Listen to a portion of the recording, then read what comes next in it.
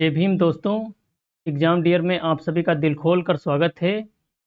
और हज़ारों लड़ाइयाँ जीतने से बेहतर है अपने आप को जीत लेना, क्योंकि जो अपने आप पे विजय पा लेता है वही हर कहीं पे विजय प्राप्त कर सकता है। तो दोस्तों, हम आपको लेके चल रहे हैं आज की क्लास में। आइए देखते हैं पहला सवाल। तो पहला क्वेश्चन क्या कह रहा है, लोकसभा में एससी एसटी की सीट का आरक्षण किस अनुच्छेद से संबंधित है। लोकसभा में क्या होता है, लोकसभा की सीटें जितनी हैं उनमें से कुछ सीटें रिजर्व की गई हैं एससी और एसटी के लिए। तो एससी के लिए की गई हैं टोटल 84 सीटें और एसटी के लिए की गई हैं 47 सीटें। और ये किस अनुच्छेद में है? ये है अनुच्छेद 330 में। इसमें अनुच्छेद 330 में। अनुच्छेद 331 में क्या है? अनुच्छेद 331 में है, लोकसभा के लिए दो एंग्लो इंडियन जो होते थे उनके लिए दो सीटें रिजर्व की गई थी, जो कि वर्तमान में निरस्त हो गई हैं। किसके लिए? एंग्लो इंडियन के लिए।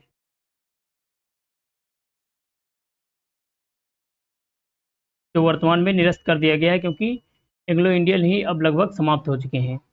और अनुच्छेद अनुच्छेद 332 जो है, अनुच्छेद 332 का संबंध है विधानसभा में। विधानसभा में एससी और एसटी के लिए सीटों का आरक्षण। विधानसभा में विधानसभा में एससी और एसटी के लिए, एससी और एसटी के लिए आरक्षण, सीटों का आरक्षण।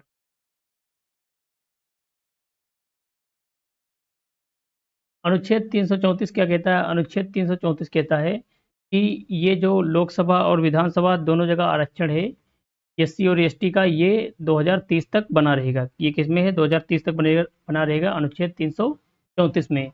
तो हमारा विकल्प क्या सही हुआ? ऑप्शन ए सही है, क्योंकि इसी में लिखा गया है लोकसभा में एससी एसटी के लिए सीटों का आरक्षण। एससी और एसटी के लिए सीटों का आरक्षण।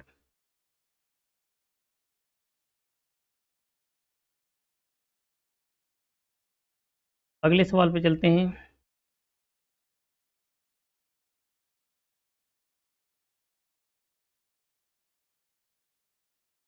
एससी आयोग का संबंध किस अनुच्छेद से है?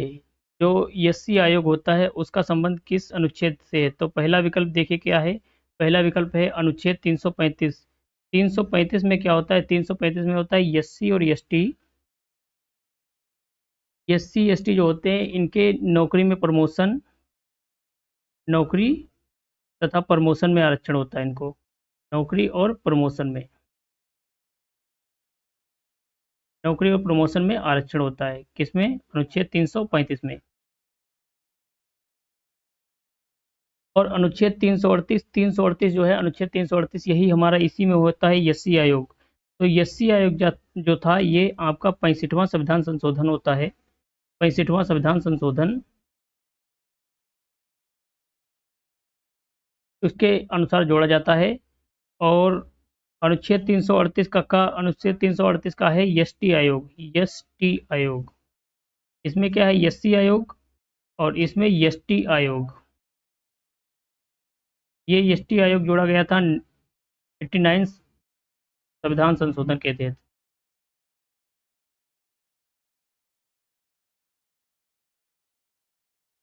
और अगला एक विकल्प दिया है अनुच्छेद 339। 339 में क्या होता है? 339 में होता है कि जो 339 में क्या होता है, एससी और एसटी जो होते हैं, एससी और एसटी, इनको प्रशासन और इनका कल्याण, प्रशासन और कल्याण का ध्यान रखेगा कौन? केंद्र। केंद्र का कर्तव्य होगा। केंद्र का कर्तव्य होगा। एससी एसटी के प्रशासन और उसके कल्याण का केंद्र का कर्तव्य होगा। तो पहला एससी आयोग का हमसे पूछा है संबंध, तो एससी आयोग का संबंध है 338 से, और एसटी आयोग 338 के काम है 89 संविधान संशोधन, और एससी आयोग के लिए 65वां संविधान संशोधन।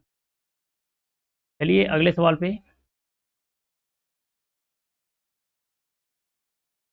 देखिए। इसमें क्या है अगले सवाल में, संघ की राजभाषा हिंदी कौन सा अनुच्छेद घोषित करता है? संघ की राजभाषा हिंदी कौन सा अनुच्छेद घोषित करता है? तो देखिए अनुच्छेद 343 जो है, अनुच्छेद 343 जो है, यही आपका इसका सही आंसर है। इसी के दौरान ये बोलता है कि संघ की राजभाषा हिंदी रहेगी। राजभाषा का मतलब होता है जिसके माध्यम से पत्रों का या उनके कार्यवाही की जाती है, वो भाषा। तो ये हिंदी है राजभाषा, और ये हमें बोलता है 343 में। अगला विकल्प जो दिया है अनुच्छेद 347, तो 347 दिया है, इसके तहत क्या होता है कि जैसे कि राज्य की राजभाषा जो होगी, राज्य की राजभाषा क्या रहेगी? अगर जनता वहाँ की चाहे कि कोई भी भाषा है उसको बनाना चाहे, तो राष्ट्रपति उसको लागू करवा सकता है। राष्ट्रपति लागू करवा सकता है जनता की मांग पर। अगला अनुच्छेद है 348। 348 में क्या है? सुप्रीम कोर्ट और हाई कोर्ट की जो भाषा रहेगी वो इंग्लिश रहेगी। किसकी? सुप्रीम कोर्ट और हाई कोर्ट की भाषा इंग्लिश रहेगी।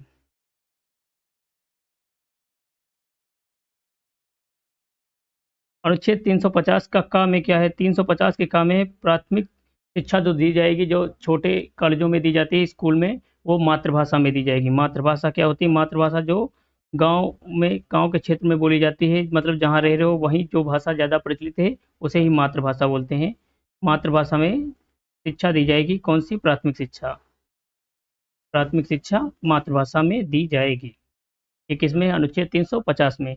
तो हमसे क्या पूछा था? राजभाषा का अनुच्छेद कौन सा है? तो राजभाषा का अनुच्छेद 343 है। अगले पे चलते हैं।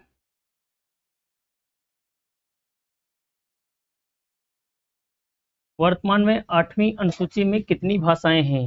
ये हमसे पूछा है। जो 8वीं अनुसूची है, शुरुआत में टोटल 8 अनुसूची ही थी, और बाद में इस समय तो 12 अनुसूची है। लेकिन हमसे क्या पूछा है? 8वीं अनुसूची में कितनी भाषाएं हैं?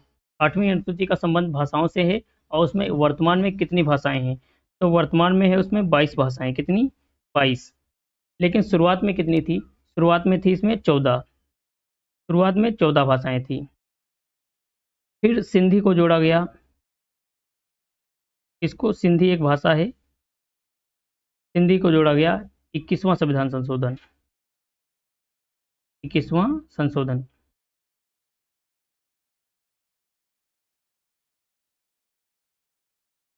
21वां संशोधन कब हुआ था? 1967 में। और 18 कब हो गई थी? 18 हुई थी जब 71वां संविधान संशोधन हुआ। 71वां संशोधन ये हुआ था 1992 में। और इसके तहत 3 भाषाएं जोड़ी गई थी। कौन कौन सी? एक नेपाली, नेपाली, मणिपुरी, मणिपुरी और कोंकणी। कोंकणी। नेपाली, मणिपुरी, कोंकणी। ये कब जोड़ा गया है? ये 71वां संविधान संशोधन 1992 में जोड़ी गई, तब 18 हो गई। और बाद में फिर एक संशोधन होता है, वो होता है 92 नंबर का संशोधन। संशोधन ये कब होता है? ये होता है 2003 में। 2003 में तब इसमें 4 भाषाएं और जोड़ी गई। तो वो 4 भाषाएं कौन थी? देखो, जब हुआ 71वां संशोधन, तब नेपाली, मणिपुरी और कोंकणी जोड़ी गई। उसके बाद 4 भाषाएं जोड़ी गई। बोडो, बोडो, डोगरी, बोडो डोगरी, मैथिली, मैथिली और संथाली। संथाली। तो जब 92 नंबर का संशोधन हुआ तो ये 4 भाषाएं जोड़ी गई। और 71 नंबर का जब संशोधन हुआ तो नेपाली, मणिपुरी, कोंकणी। और 21वां संशोधन हुआ तब सिंधी जोड़ा गया। अक्सर सवाल यहीं से आते हैं कि 21वां संशोधन कब हुआ, उसके तहत क्या जोड़ा गया? तो सिंधी जोड़ा गया था। कब? 21वां संविधान संशोधन हुआ तब। और नेपाली, मणिपुरी, कोंकणी कब? 71 नंबर का संशोधन। आप इनको बहुत अच्छे से याद कर सकते हो। 21 और 71 टोटल होते हैं 92। तो 21, 71, 92 3 संशोधन हुए हैं राजसूची में। 8वीं 3 संशोधन हुए हैं। ये भाषा की अनुसूची जो 8वीं है उसमें। और उसमें कितने जोड़े गए हैं? पहले सिंधी जोड़ी गई, फिर नेपाली, मणिपुरी, कोंकणी, 71 नंबर का संशोधन, और फिर 92 नंबर का संशोधन जब होता है तो 92 नंबर के संशोधन में 4 भाषाएं कौन कौन सी जुड़ेंगी? बोडो, डोगरी, मैथिली, संथाली। तो वर्तमान में टोटल कितनी हो गई? वर्तमान में हो गई 22। कितनी? 22। तो इसकी टोटल भाषाएं कितनी हैं? 22। शुरुआत में कितनी थी? 14। अगले पे देखते हैं, अगला सवाल क्या है? राष्ट्रीय आपात का संबंध किस अनुच्छेद से है? तो राष्ट्रीय आपात का संबंध अनुच्छेद 352 से है। 352 के तहत हम राष्ट्रीय आपात लगा सकते हैं। हम नहीं, राष्ट्रपति जी ही लगाते हैं। और राष्ट्रपति जी लगाते हैं। अभी तक ये टोटल 3 बार लगाया जा चुका है। कितनी बार? 3 बार। 3 बार लगाया जा चुका है। और फिर अनुच्छेद 356 क्या है? 356 में होता है राजकीय आपात। राजकीय आपात।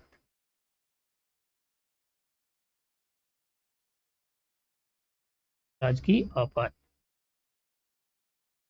विकल्प अगला सी क्या है? अनुच्छेद 360। 360 में होता है वित्तीय आपात। तो आपात टोटल कितने प्रकार के होते हैं? आपात ही टोटल होते हैं 3 प्रकार के। एक होता है राष्ट्रीय आपात, एक राजकीय और एक वित्तीय आपात। तो वित्तीय आपात आपका किसमें है? अनुच्छेद 360 में।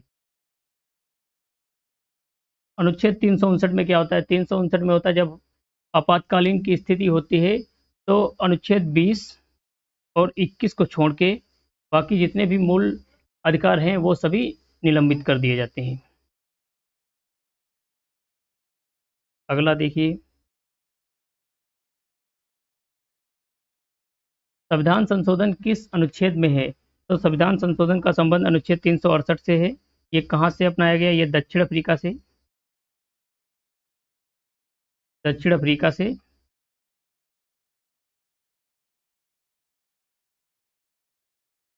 संशोधन। और संशोधन क्या होता है? संशोधन 3 प्रकार से होते हैं। एक होता है साधारण बहुमत से। साधारण बहुमत में क्या होता है? जितने भी हैं, जैसे 100 हैं तो 100 में से 51 वोट मिल गया तो वो साधारण बहुमत से पास हो जाता है। और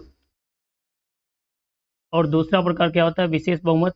विशेष बहुमत में क्या होता है? विशेष बहुमत में होता है कि 2/3 वोट होना चाहिए। 2/3 वोट। 2/3। विशेष बहुमत में क्या होता है? 2/3 बहुमत।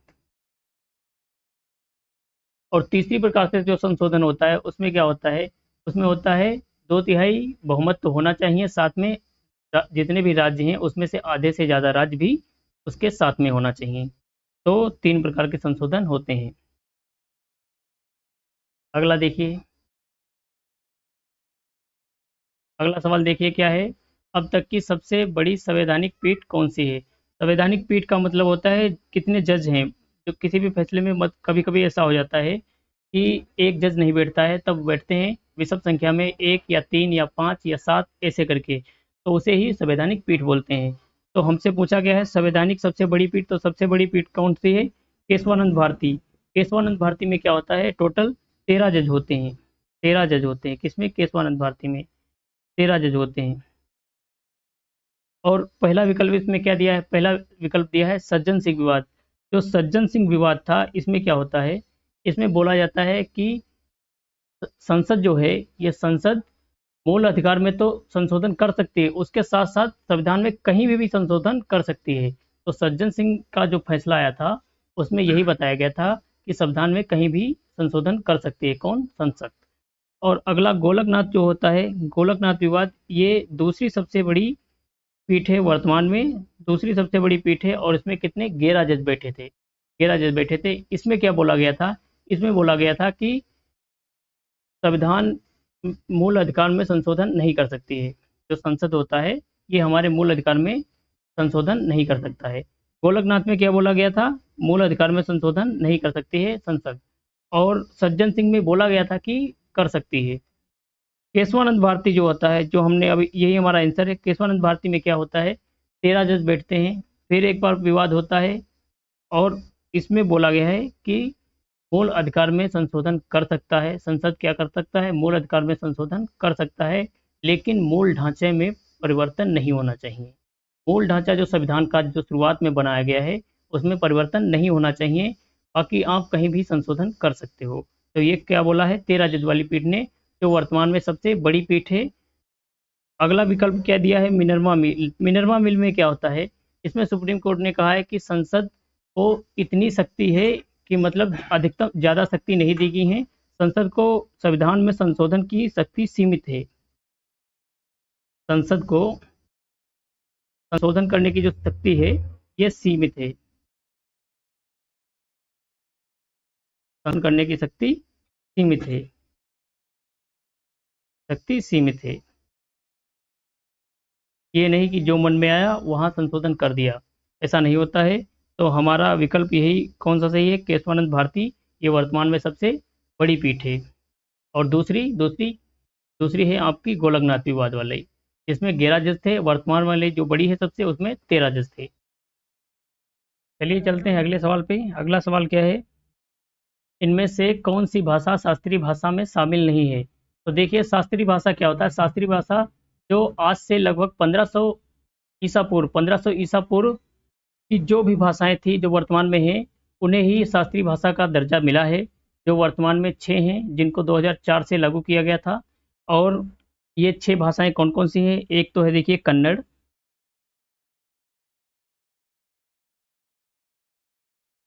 कन्नड़, तेलुगु, तमिल, मलयालम, मलयालम, कन्नड़, तेलुगु, तमिल, मलयालम, संस्कृत, संस्कृत और उड़िया।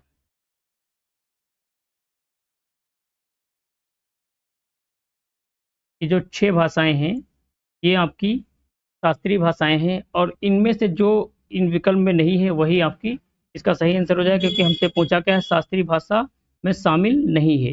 तो देखिए उड़िया तो है, संस्कृत भी है और तेलुगु भी है। जो मराठी है ये आपकी नहीं है, अर्थात विकल्प यही सही हो जाएगा। अगला सवाल देखते हैं क्या है। अगला सवाल है,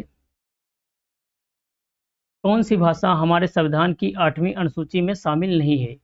कौन सी भाषा हमारे संविधान की 8वीं अनुसूची में शामिल नहीं है। मतलब अभी तक टोटल 22 भाषाएं जो हैं, 22 भाषाएं जो हैं, शुरुआत में हमने आपको अभी बताया था, शुरुआत में 14 थी, फिर सिंधी जोड़ी गई, फिर नेपाली मणिपुरी कोंकणी जोड़ी गई, 71वां संविधान संशोधन।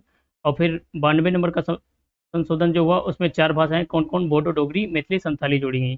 तो वर्तमान में 22 भाषाएं हैं। 22 भाषाएं कौन कौन सी हैं सुनिए, कश्मीरी, सिंधी, पंजाबी, हिंदी, बंगाली, आसामी, उड़िया, गुजराती, मराठी, कन्नड़, तेलुगु, तमिल, मलयालम, उर्दू, संस्कृत, नेपाली, मणिपुरी, कोंकणी, बोडो, डोगरी, मैथिली, संथाली। तो टोटल 22 भाषाएं हैं। तो इसमें से देखिए गुजराती, गुजराती आपकी है, ये हमारे उसमें सूची में है। कश्मीरी भी है, राजस्थानी नहीं है, यही हमारा विकल्प सही हो जाएगा, क्योंकि हमसे पूछा है 8वीं अनुसूची में शामिल नहीं है। राजस्थानी नहीं है, डोगरी भी है।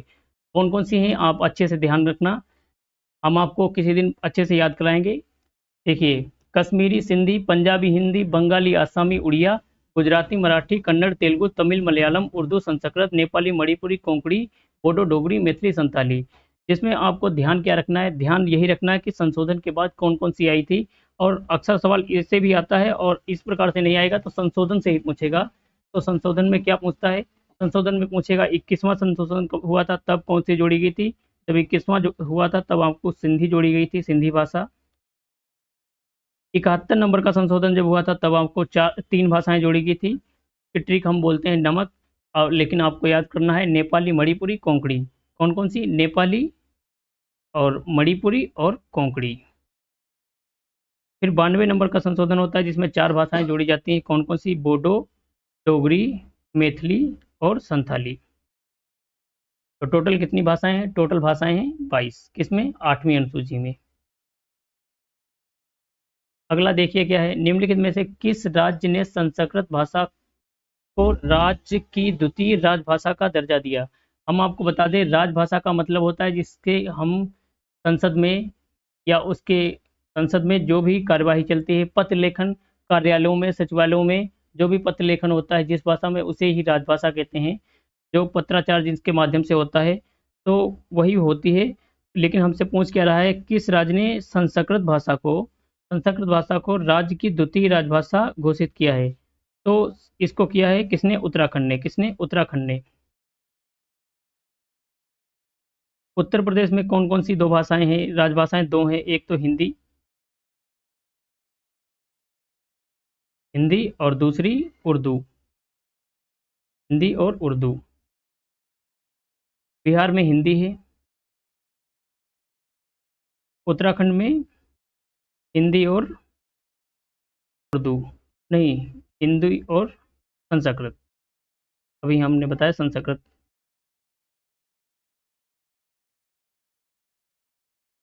हिंदी और संस्कृत। यही विकल्प हमारा सही हो जाएगा। इसका लास्ट सवाल है, कल हम आपको जितने भी संविधान संशोधन हुए हैं उनमें से जो महत्वपूर्ण संशोधन हुए हैं वो सारे के सारे एक साथ लेके आएंगे एक अच्छे से वीडियो में, जिसमें हम सारे संशोधन आपको बताएंगे और जिसमें से लगभग सवाल बनेंगे ही। तो जय भीम दोस्तों, मिलेंगे कल की क्लास में। धन्यवाद।